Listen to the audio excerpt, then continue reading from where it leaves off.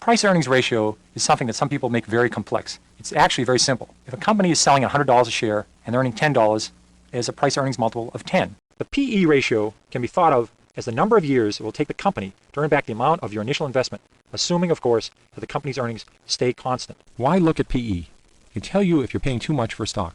The higher the PE, the more expensive the stock relative to the company's future earning power. The lower the PE, the cheaper the stock. I use a rule of thumb to level out these differences.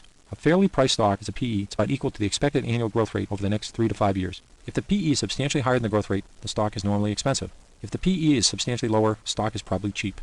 A stock PE, in part, depends on the industry that it's in. When you look at a growth company, compare the company's growth rate and its own PE to that of the industry. All other things being equal, if you find a company with a much lower PE and a higher growth rate, you're off to a good start. Back in the 1970s, electronic data systems, or EDS, had a PE of 500 times earnings.